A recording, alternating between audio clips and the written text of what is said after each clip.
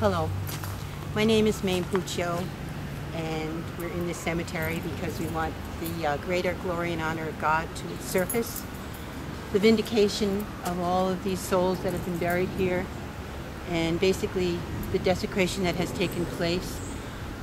We want to change that. So maybe you'll go with this little guided tour, and we will see if it'll poke at your thoughts, your consciousness, and basically an understanding of how something got this bad. So maybe you'll come walk with me now.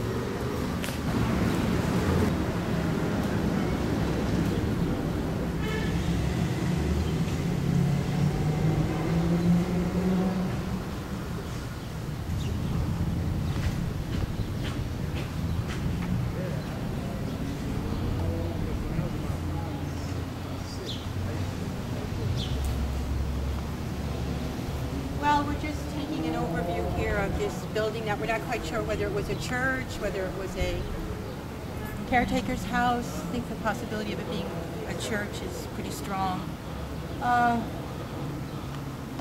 Just to give an idea that at one time this property was taken care of. This cemetery was very much overseen by people who were anxious to keep it sacred, keep it holy ground.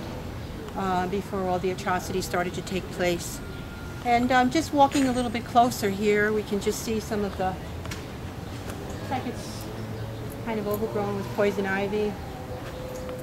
Definitely needs to be swept up. But one step at a time, we'll get there, without a doubt.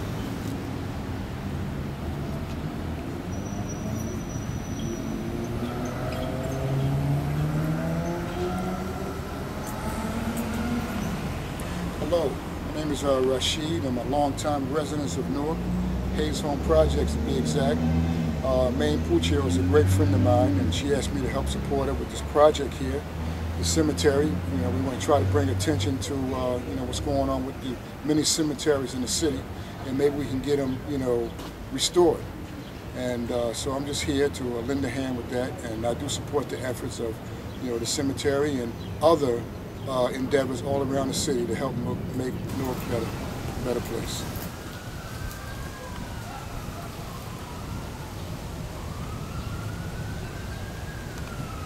How everybody doing out there?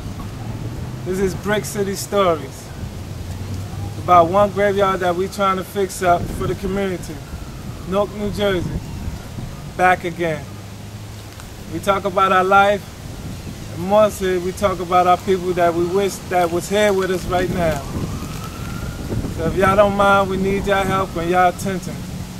So please out there, help. Good to see you. Thank you so much for being here. Thank you so much. We don't know where we're going with this. We're just hoping that Almighty God blesses this effort, and through good people like Rashid and some of the neighborhood people, we'd like to right some of the wrongs, but keeping it on a positive level, but also keeping it very real. There's been atrocities that have happened here, and if they happened in faraway war-torn countries, you'd still be shocked. But right in the middle of Newark, we've got to make this right. So, Rashid, let's just put it in the hands of God and in some good people in the neighborhood. And speaking of which, we met a gentleman here, Mr. Claude, who his brother is actually, I'm sorry, Claude, your last name? Chapman. Chapman. Not related to Dog the Bounty Hunter, are you? No, not that I know of. No. Okay. Claude, we are so grateful for you stopping by and not minding, just a few insights. If you could give us some advice. Rashid, as a lifelong resident of Newark, has, opened up his heart and his mind to be here I'm today. a lifelong resident of Newark, too. Are Born you? And raised in Newark. Oh. And Hayes Home, a resident, too. Not only that, I have a brother that's in this cemetery. His name is Michael Chapman. Michael Chapman. Right. Yeah. And what are your thoughts? I mean, I think it's a disgrace for the way the fence looks around this area, and this is more of a residential area where people live, and it should look better than this, because this is where your resting place of your loved ones. You see what I'm saying? And this doesn't, it's not even well upkept or taken care of. Yeah. I mean, we all want to see our loved ones in some place that's, feasible, that you can say, my mother is over here, my brother is over here, my sister, and you feel real proud about it. Oh, Yeah, I mean, because when you look at this here looks like the pits. It does, it does. And basically, have you noticed any neighborhood efforts, any community outreach efforts to try to do something? Well, once in a while you would see some people come here cutting the grass and different little things like that. I guess trying to do some type of cleaning up in the cemetery and outside the cemetery. That's why it looks like this. But basically what I'm talking about, the fence structure and stuff, Well, yeah, and these bricks and things. It's to my understanding that when cars are stolen in Newark, a lot of But times they used they to just come, take... that's why they put these in. Yeah, they take the fence right out with them. Well, Mr. Claude, I'm so happy to meet you. Do you think we could negotiate with you to get you on board with a little community situation to see if we can do anything? I could, yes. Okay. You could be talked into it. Right. Michael Chapman, could you speak to your brother? Speak to your brother. Yeah. I'm trying to do something to make your area where your resting place is look better than what it is today. You know what I mean? And asking the city or whoever it takes to help improve this area of my brother Michael Chapman, who's resting here. Claude, thank you so very much. Thank you, and we're going to be in touch. To be continued. Talking about what happened in the graveyard, since I was growing up in the graveyard, walking through school, Shabazz High School back in the day, when I used to see caskets out the ground, holes in them, a lot of stolen cars in here, a lot of people that are lost in here. Don't want to say no names, but I love y'all, miss y'all. And what's other stories like how we gonna get this community back together for us?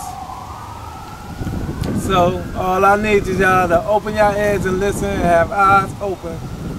And this is a story that we giving y'all from Newark, New Jersey to y'all hearts. Okay. There's such a sense of loss and such a sense of sadness.